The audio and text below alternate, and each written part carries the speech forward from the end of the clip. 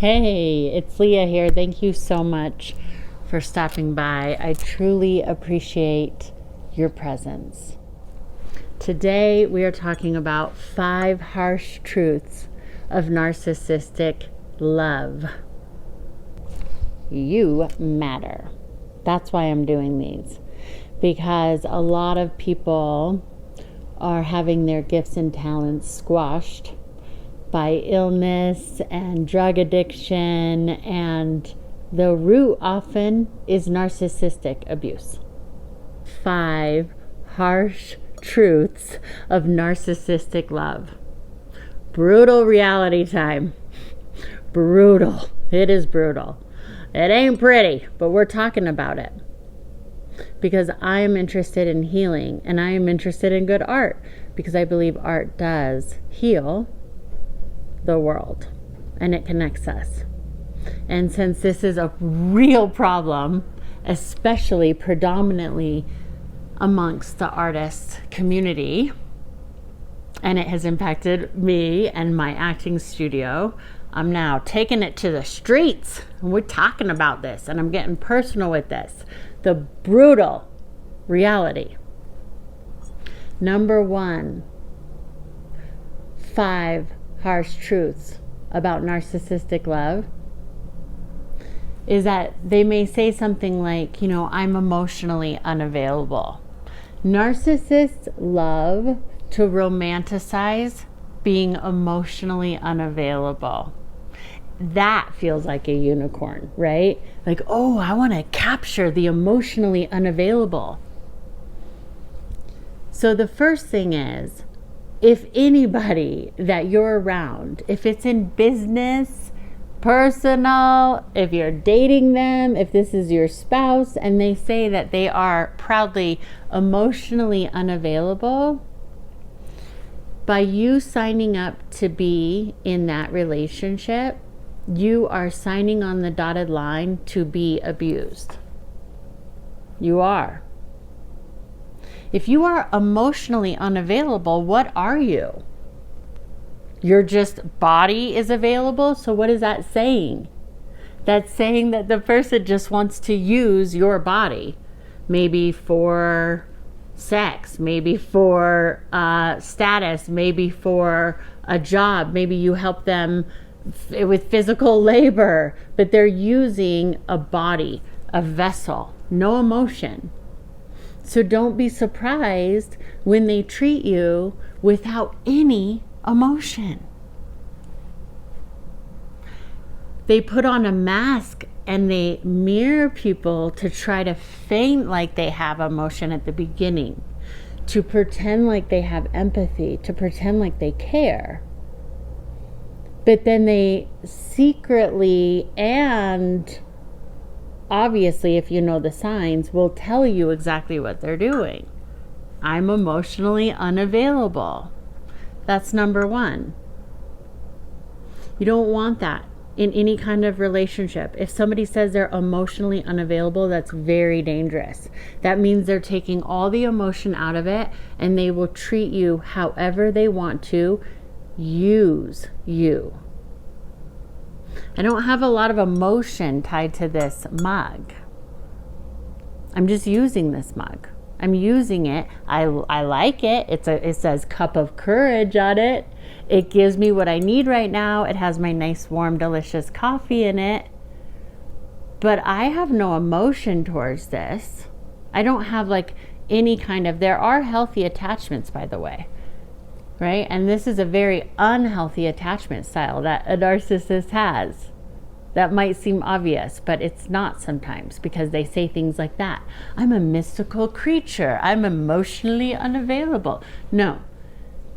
If this broke right now, I would not break into tears. My life is not going to be altered. If somebody who you love breaks you and just walks away, you will be altered. Especially if this is a spouse who cares nothing about your safety, goes off and cheats on you, brings home an STD or something. They told you they're emotionally unavailable.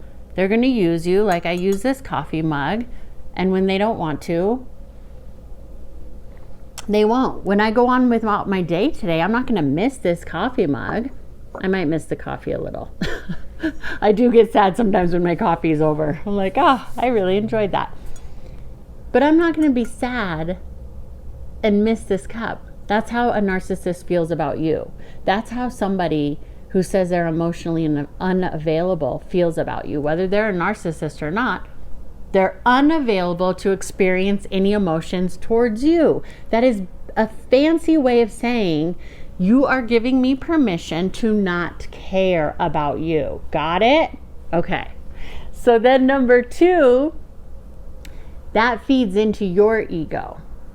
And this has caught me before. This is a human experience, right? Because we all think, I'm better though. I mean, maybe he had trouble with the last girls, but as I get my ring caught, I am so debonair. He hasn't had somebody as funny, as quirky, as whatever it is. Maybe you're a really good cook and you're like, nobody's cooked like him before. Nobody's done this. I have this trick. I have that trick. Oh, I massage. I do this. It doesn't matter. He'll use it or she'll use it.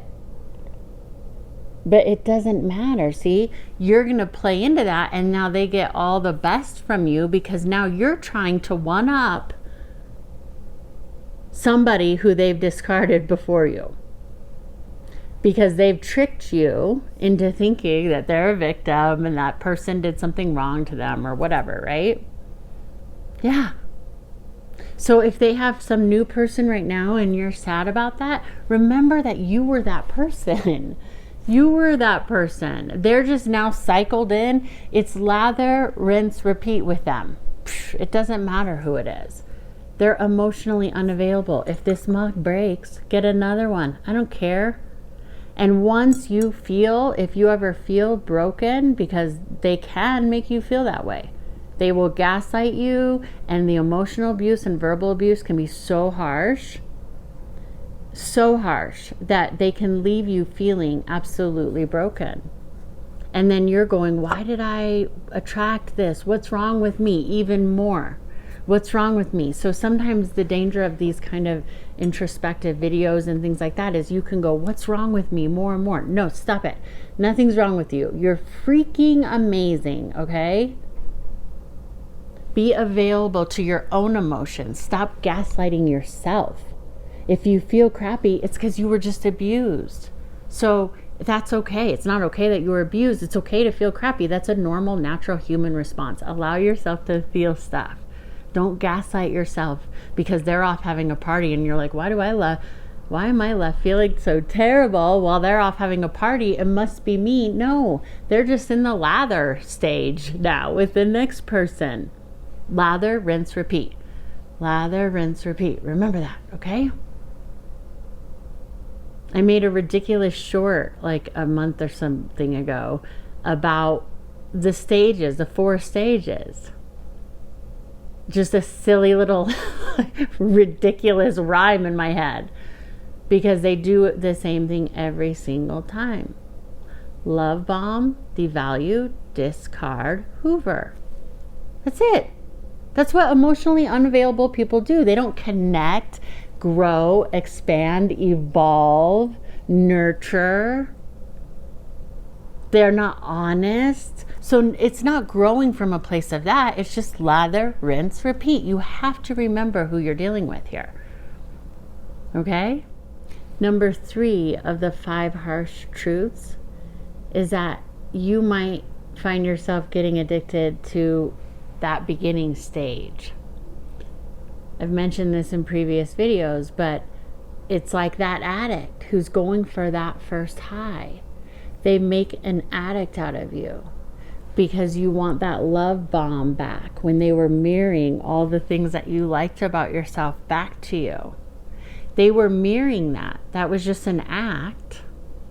And then in their head, in their imagination, they were loving as much as they can feel love, an idea of what they thought you would be. And that's when the control starts stepping in. When they realize that you're not that, then they're going to see if they can shape shift you into that, which is impossible no matter what, even if you bent over backwards and did everything that they wanted. Even if they started dressing you, wrote a script for you, you were like their little Stepford Wives, like robot, it wouldn't be good enough. So there's nothing you could do, but that's just in their imagination.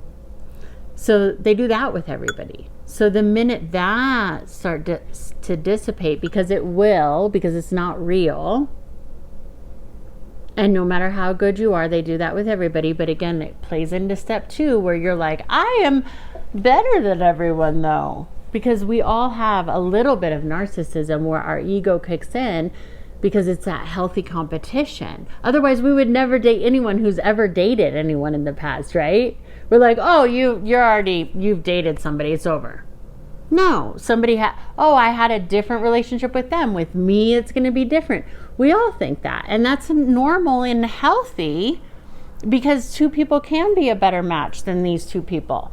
But with a narcissist, it's Groundhog's Day, yo. It's the same. It's the same over and over. It's a loop. It might look different because they'll pick up on traits, things that worked with you. They'll try it on new supply. If it doesn't work with them, they adjust. And then they start, they are a chameleon. So they'll change and adapt in that way. But they don't change the pattern of who they are. Emotionally unavailable. Love bomb. Devalue, discard, hoover. Boom, that's it. Over and over. So these are 5 harsh realities, but you got to face them. Because if you're in that addiction cycle, you're still hoping to go back to who they were and to who they were mirroring of yourself. So eliminate them and just mirror back to yourself who you want to be right now. And that part can be really fun, actually. Because now you get to reinvent yourself, but from a very authentic, genuine place. Like I did another short the other day about like my eyelashes and my eyebrows, because people always make fun, like, who would ever do eyelashes and eyebrows? Well, guess what? I would, because I had cancer. I lost my eyelashes and my eyebrows to cancer and narcissistic abuse. So now I'm playing with the fact that actually I got my eyebrows tattooed.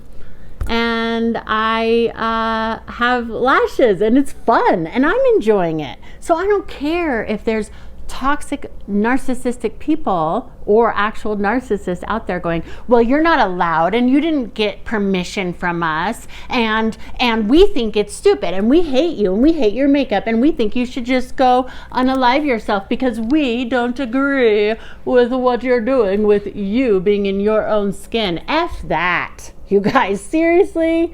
If somebody's going to tell you that you can't explore being in your own skin, but then at the same time they're like, also, I'm emotionally unavailable, but I'm going to tell you how to live your life all the way down to what to wear and whether you are allowed to have makeup on, no makeup, lashes, no lashes. I'm the committee, but I'm also emotionally unavailable, but I'm in charge.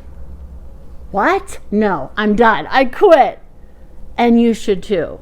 And I'm telling you, I'm having so much more fun just exploring. Oh, God, I keep getting my ring stuck. I can't do that move. Okay, whatever. I'm exploring, okay? I can't do the hair flip. We're working on things. I'm a work in progress, you guys. Come on. But I'm exploring my beingness. And it's fun. Sometimes in the spiritual community, people are people, and there's going to be people everywhere. I've run into narcissists in the yoga community. There's people everywhere. Hello, right? So in the spiritual community, they'll say all sorts of rules. You're not allowed to make money. You're not allowed to have a fun lifestyle. You're not allowed to wear makeup. What? Who is telling? No, I can do what I want to do.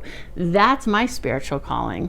That's how I'm co-creating with spirit. And I invite you to do the same. That's authenticity. That's what it is to be really brave. Because, yeah, people aren't going to like it. But guess what? People aren't going to like it when I'm trying to do what everybody else is wanting me to do either. The people who I really love co-creating with and spending time with and laughing with aren't going to like it because I'm totally fake. Trying to people please these other people who are emotionally unavailable, but they want to control me. No thanks.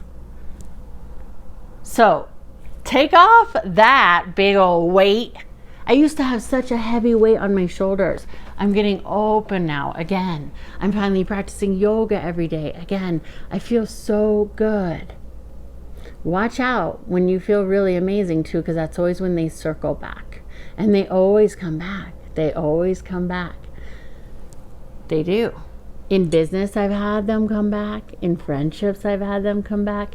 In romantic spouses, I've had them come back. Even the guys who were like so beyond crazy. And I know, I hate this. This is why I never talked about it. I don't like calling people names. I don't like, okay, crazy is not a nice thing. I've had therapists tell me, okay, this person is disordered. You have to get away from this person. That type of thing. Okay? And then I did. And years later, they come back. They come back. And another really scary thing, and why I'm making these videos, I was talking to a friend about this. If you have had this experience, you might be tempted to want to like warn the new supply or something. First of all, don't, because see, you were the new supply. And I had somebody call me once. I've had a couple people call me, actually, out of the blue, people I didn't know when I was dating these narcissists, to warn me. And it just made them look nuts. So I was on the other side of it, because when you're in the love bomb stage, you're believing this person, not their ex. Because again, it plays into number 2, into your ego, that you're going to be able to magically fix the unavailable with your empath wings, right? Wrong. It's not happening. It's not. So the scary thing that I was talking to my friend about is that I've noticed on social media, my heart like sank into my shoes, because I noticed one of my ex, whatever you want to call him, narcissist,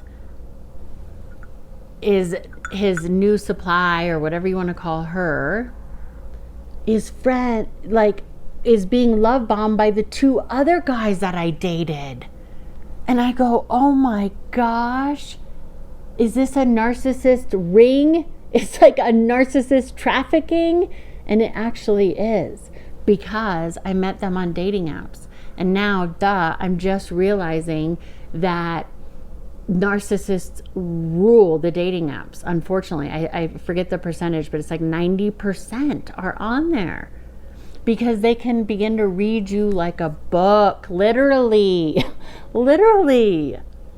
So number 4 is, that's what's scary, is that you begin to open up because you're thinking you're connecting and you're dating and all this stuff, right? But remember, you're connecting to somebody who's emotionally unavailable, and who's maybe even already shared that with you. But that's certainly a red flag if they do. Sometimes they don't, so everyone plays their cards differently, these narcissists.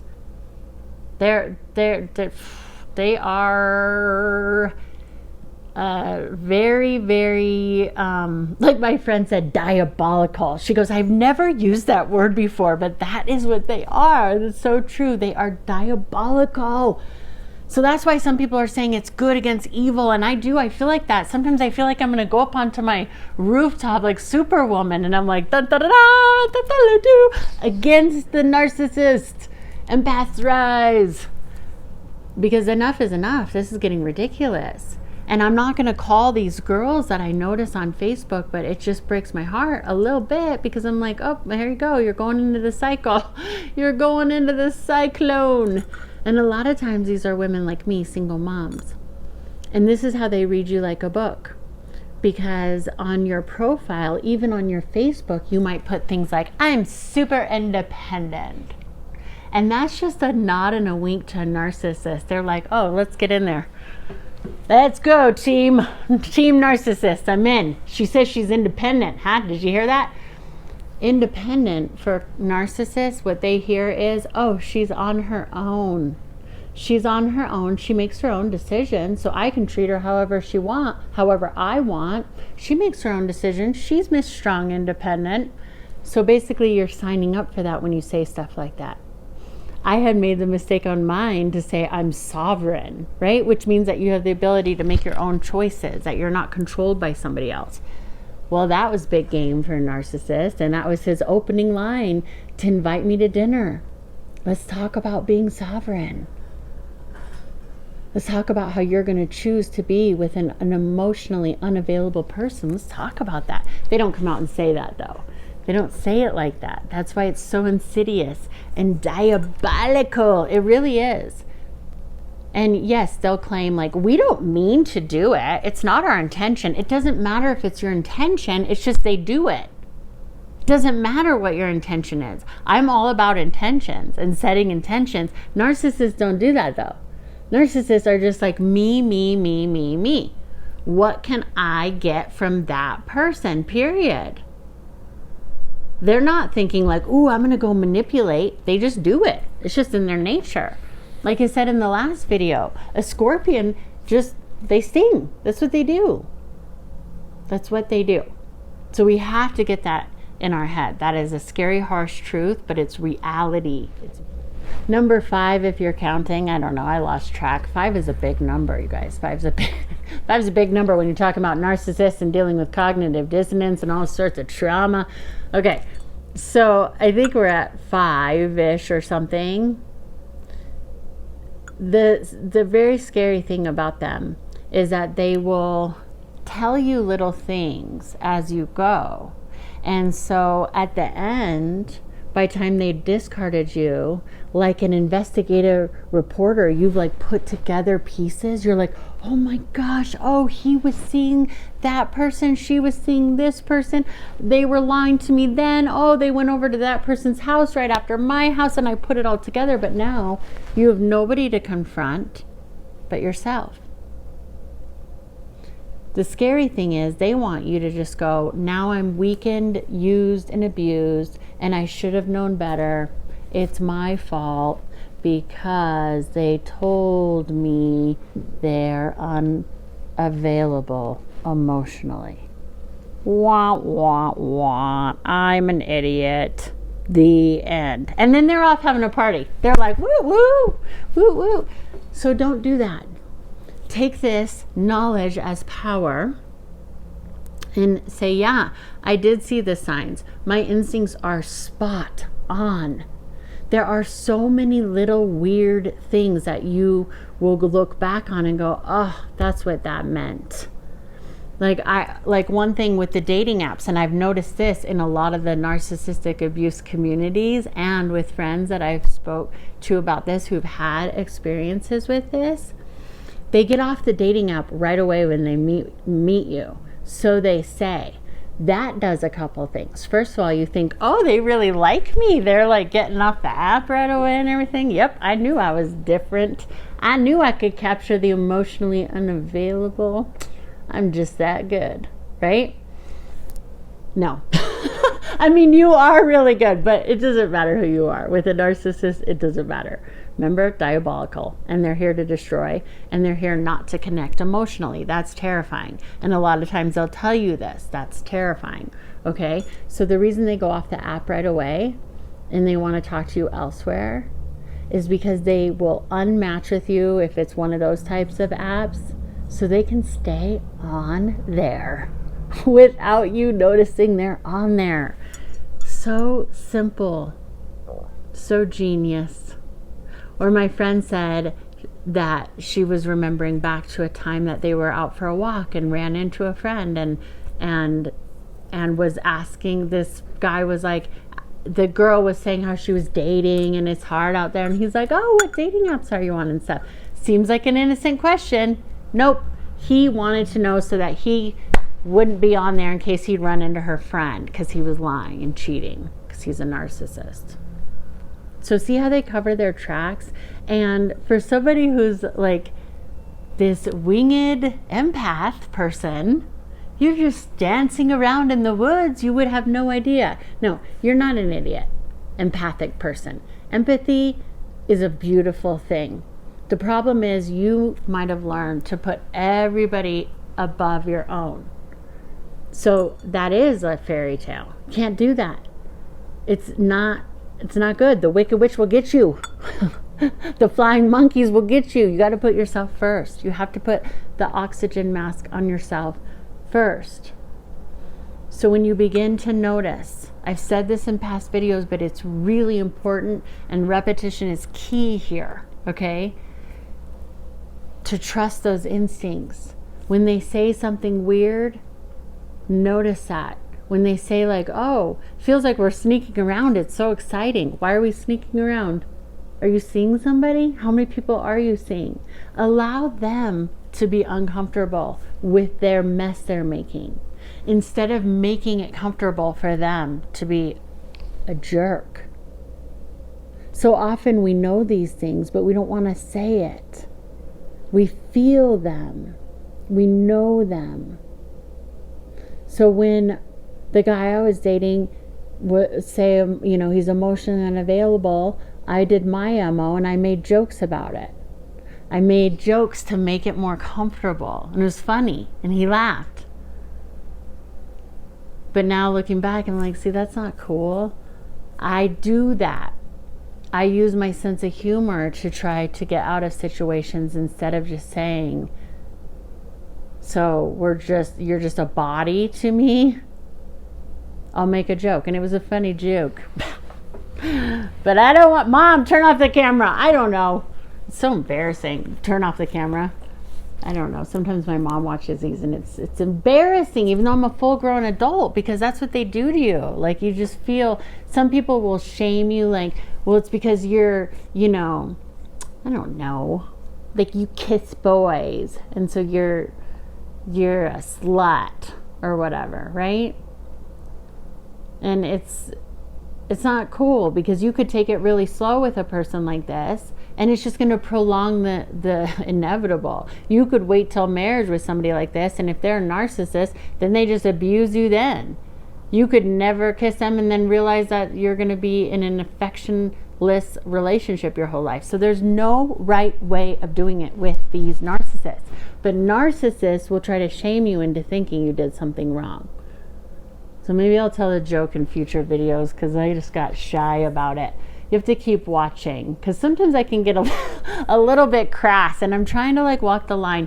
But see, that's what they also try to tell you. You can't do this if you're spiritual. You can't do that if you're a meditation person. And none of that is true. We are all just walking each other home, as Ram Dass says.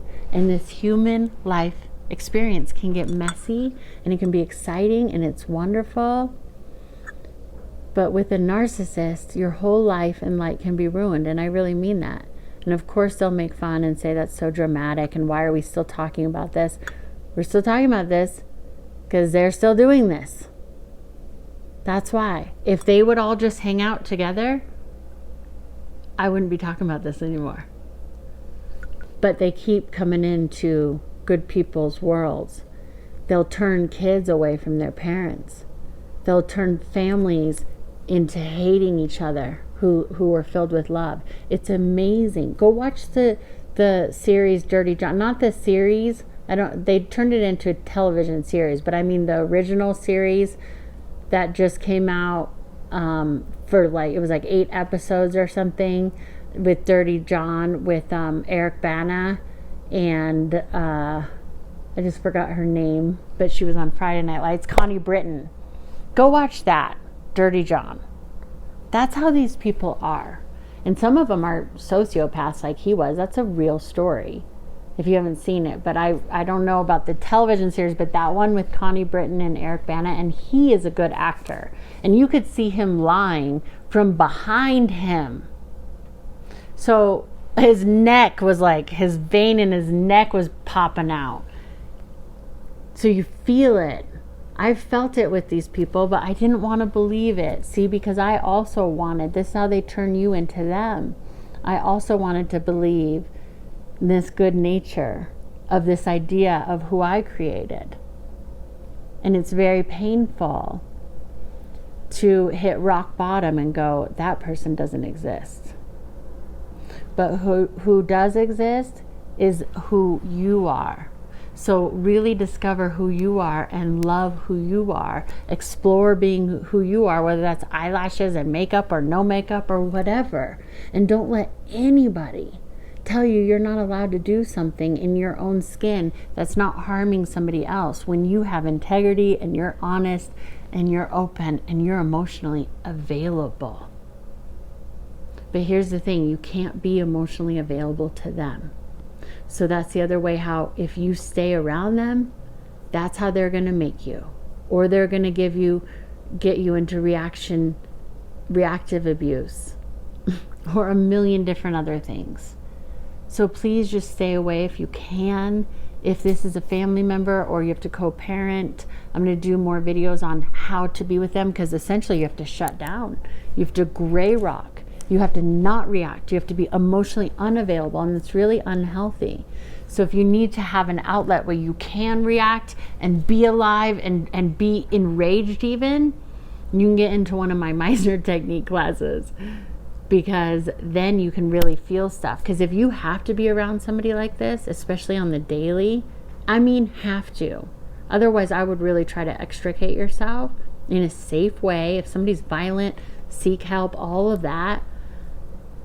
But if you're safe and you can get away, and now you have all this pent up emotion because you've been hanging out with an emotionally unavailable person, so you shut down, then get into an acting class where you're allowed to react, and it's just really good acting, and it's fun, and you can get back into your imagination of what you love too. I'm going to also do a manifesting class with the Meisner technique, so I'm really excited about that. Let me know how this video resonates with you. I hope it helps. I really do, because I do believe you have gifts and talents to share. So don't let a narcissist get in the way of that, okay? Leave a comment, let me know. Send some love. Share this video with somebody that you think could use it. Subscribe if you haven't, because it raises the energy. It really does. Narcissists want to shut down people like me and people like you. And for a long time, I thought the high vibe thing would just be to shut the F up. But it almost killed me.